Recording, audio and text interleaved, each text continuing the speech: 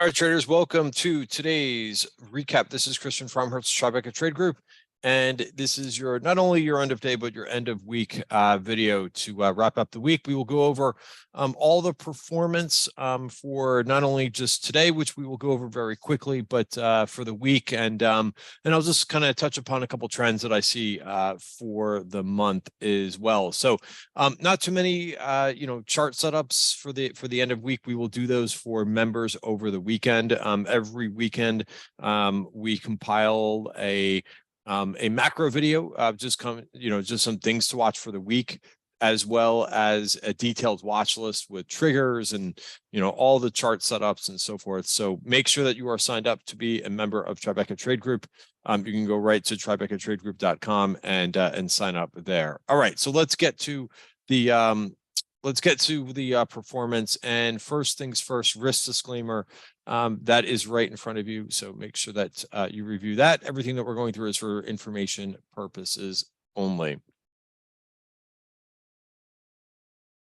All right, so themes for the day, I would say, you could call it what it is, but it was not great price action to end the week. But there was really, great price action, basically mostly through this week. So, that's just, I think, par for the course, is that, you can't expect every day that the market is going to do what it did this week. And sometimes that's a little bit tough to comprehend. If you're trading on a day-to-day basis, you start to get used to the momentum and trade setups. But it kind of keeps us grounded to understand when things get a little bit short-term extended, and that's basically what we have. So I figured, like, today was a little bit of a digestion day. Other areas of the market, it was not a particularly strong breadth day. You could see, this spreadsheet, of course, is sorted by percentage move over the course of the day. And you could see there was a lot of names that kind of sold off. We did start today in positive territory, especially the small caps were leading into the open. And this was one of those days where they got hit pretty decently. Prices were kind of batted around a little bit by both Powell and Yellen, who spoke today, and also this situation that the debt deal is not resolved. I don't think it was supposed to get resolved today or by the end of the week, but it's probably going to drag on. I don't know if it's to the end of the month, but that's kind of what negotiation is sometimes. So again, it's still an uncertainty there that they're going to get something done, or that they're going to raise the debt ceiling. So I think that you have to kind of keep that, unfortunately, on the radar for a little while longer.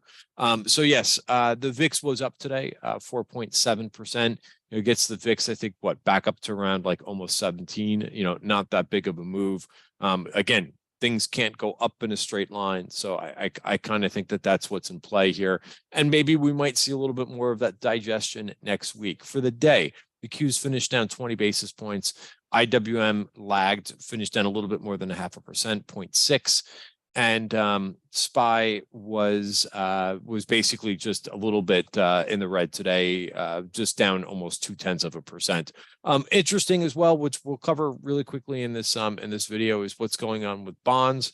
They are continuing to sell off.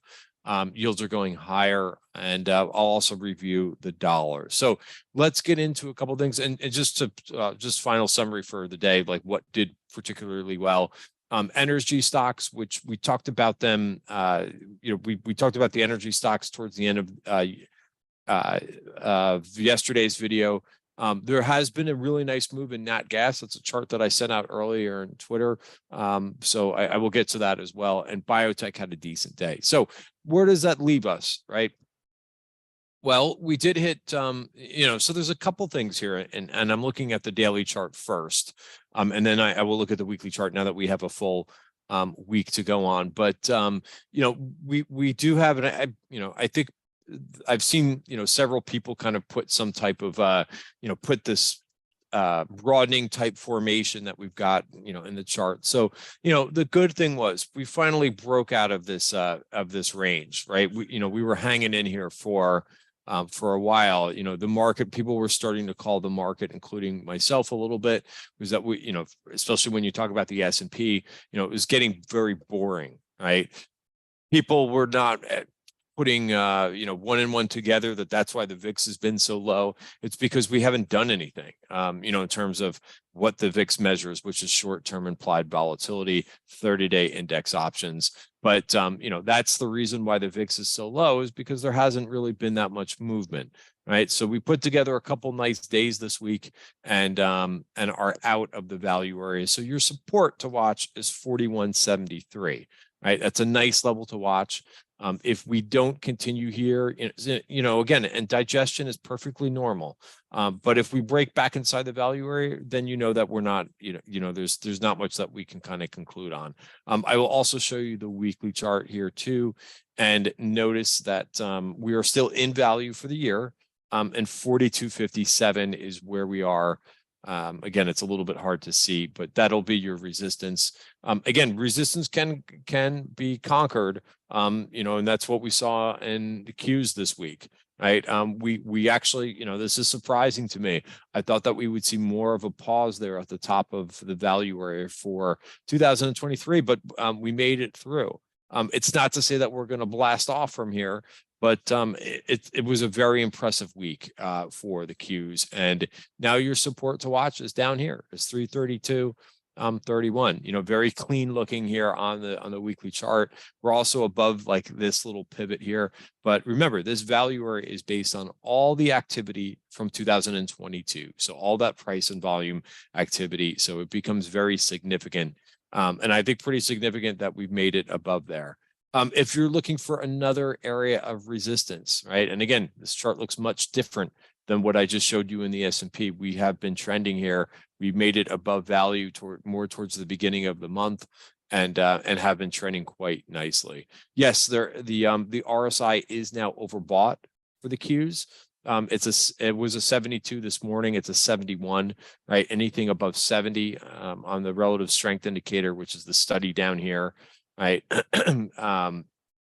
Does indicate overbought, right? Last time that we got overbought, that was the short-term top for about a month, right? So just keep that in mind. When the indices do get a little bit overbought, usually they see some consolidation. So that could very well be for next week, right? Given the move, again, you kind of have to be realistic about this market, considering the move that it's made so far this year and so far this month. So again, 341 will be some resistance. Let's go through the IWM, which we know is the laggard. But interesting, this did hit some resistance. So it made it through, very quickly, made it through that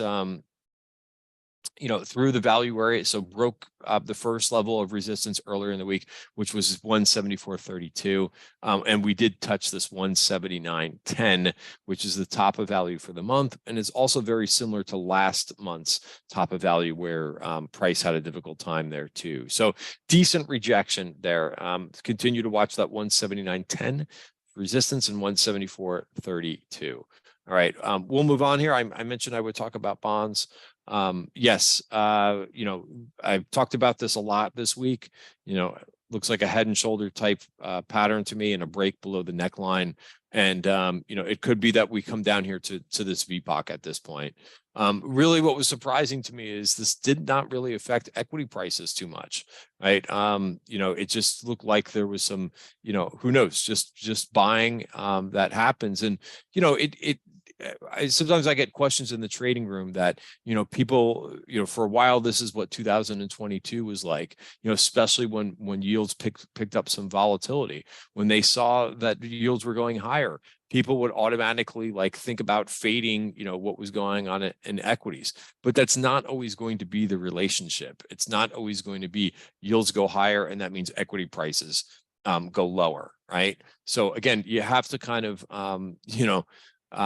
understand some of the relationships which are important, but understand that they're not always going to work, because there's all different types of players in the marketplace, and some of them really don't care what yields are doing. Some of them maybe just want more of an allocation to stocks. Here's what UUP did. I mentioned this 28.22. As we kind of entered the week. Notice that we took this out and we checked back to it. I know it's tough to see this red line because it's overlapping with a white line, but here's the point of control. So we might consolidate around this level, but overall, it's pretty sideways, right? Even though the dollar has made a nice move over the last week or week and a half, it's really a sideways looking chart. I mentioned that I would cover, we could cover crude first, just to see what that market's up to. But, this was strong in the beginning of the day, but didn't close above its 20-day moving average. So, that remains in a downtrend. I started to kind of look at energy stocks today because they did make a nice move yesterday. And, nat gas is, made a sneaky little move, yesterday, very strong.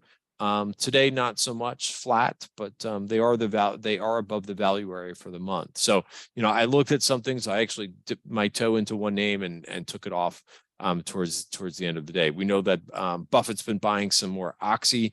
He tends to do that. He tends to buy the dip. But look at this stock, right? Difficult when you see this type of stuff because it's already gapped up in the pre-market, understanding that he bought more shares. But again, this is a tough looking chart too, to me. Maybe it holds this this kind of double bottom formation, but it's going to have to get through a lot of overhead resistance. All right, so let's go over towards the, like I said, we'll do this. I'll give you just the performance for the week so that you could see what the week was all about. So for the week, S&P finished up 1.7%. The diamonds underperformed, right? So the Dow stocks really didn't do much this week, and that wasn't where the momentum was. The DIA ETF was only up 0.3%, and of course, where the momentum was in the Qs and in some growth stocks. The Qs finished up 3.5%. VUG, which is the growth ETF, obviously there's some overlap there, but up 2.8%, really outperforming value stocks again, which were only up about 0.5%. International markets, have been, pretty much on fire too. This is the EFA ETF. Keep in mind that there is currency exposure with these ETFs, so you kind of have to look at some of these things, or you could look at the straight up index. But this is EWG. The DAX made a new all-time high today. So again, this is Europe exposure. If you put, I think it's HEWG, you could see that this still didn't make a new high, but I think it's a little bit this Germany ETF is a little bit different than the DAX itself. Here's HEDJ, which is European stocks, and again, almost at breakout territory. Even if you factor in like this is a US ETF that's tracking European stocks, right? So again, very strong, and of course, everybody's been looking at what Japanese equities have been doing. Here's DXJ, again, taking the yen out of or hedging the yen exposure. And this is out to new highs. Very, very impressive. All right. So again, just to kind of cover what's going on globally. Bonds, as we already mentioned, were down 3% for the week. And gold was down 1.7 today, even this week, even though it bounced back 1% today. Where was the strength this week? The semiconductors. All right, I'm going to mention this once, and I won't mention it again, I promise. But everybody, it seems like some of the more, I'm sorry to say this, but lazy analysis, people saying that there's only four or five stocks that are moving. That's not true. Of course, they're going to have bigger impact in the indexes because that's how a market cap weighted index works. But the semis, right, were up 8.5% this week. The banks were up 7.7% this week. Yes, the big tech stocks were up 4.3%. Internet stocks also up decently. But you could see that there was a decent amount of groups. Consumer discretionary, even though that group was a bit weak today, still up 2.5% for the week. And look at the robotic stocks. Robotics and automation were up 3.7%. By the way, since XLK, I believe, I don't have the S&P weightings up, but I believe tech is still your biggest weight. Here's what this group did. Again, it kind of looks a bit similar to the Qs chart. in some aspects, but look at this, right? This actually did some consolidation around the top of value, but that's a clean break of the value area. So this is now trending higher, right? And that's marked that way on our MarketWeb's study indicator that we are now in a trending market. That's first time all year long, right? That this is, instead of inside the value area, we're now in a price discovery area for the year. Again, very, very impressive what's been taking place there. The semiconductors, I might as well bring up that chart too, because that was your best performer for the week, because I did want to highlight one thing here.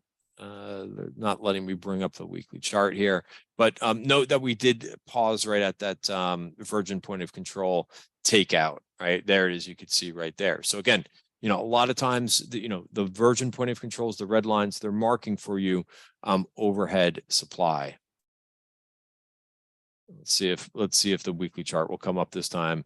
Thinkorswim may not want to do it, but that's also a break of the value area too. So provided that this could stay above, call it 131, again, just very impressive to see, what transpired this week in some areas. So that's the week performance. Underperforming areas, gold miners really got hit.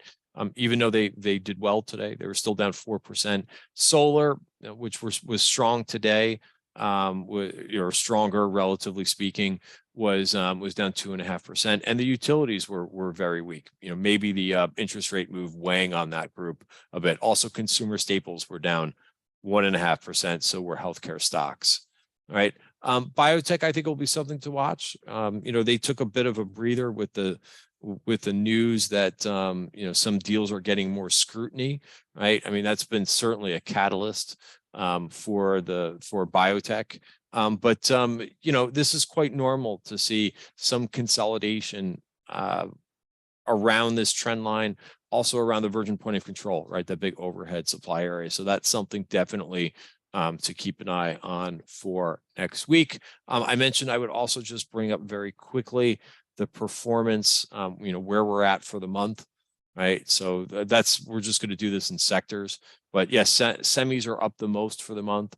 Biotech, even though basically flat for the week, still up 6.5%. Software up 5.5% for the week. For the month. So that's month to, I'm looking at this column, by the way. And of course the tech names, right, that you hear everybody talking about, they are up 4.4%, but they're not they're not the biggest winners so far this month. All right, and areas that have not been performing, the banks are still down 8.2%. Energy's down 6.5% month to date. Metals and mining down 5% for the week. Chinese internet, I'm sorry, I keep saying for the week, I apologize. This is month to date. Right. So, and so on and so forth. So again, a decent amount of underperforming areas of the market too. Right. So again, some would call that a stock picker's market. But clearly there's been, a lot of upside and downside momentum. Guys, that is it for this recap for the week. Have a wonderful weekend and hope to see you as a Tribeca Trade Group member. Check out tribecatradegroup.com for more information.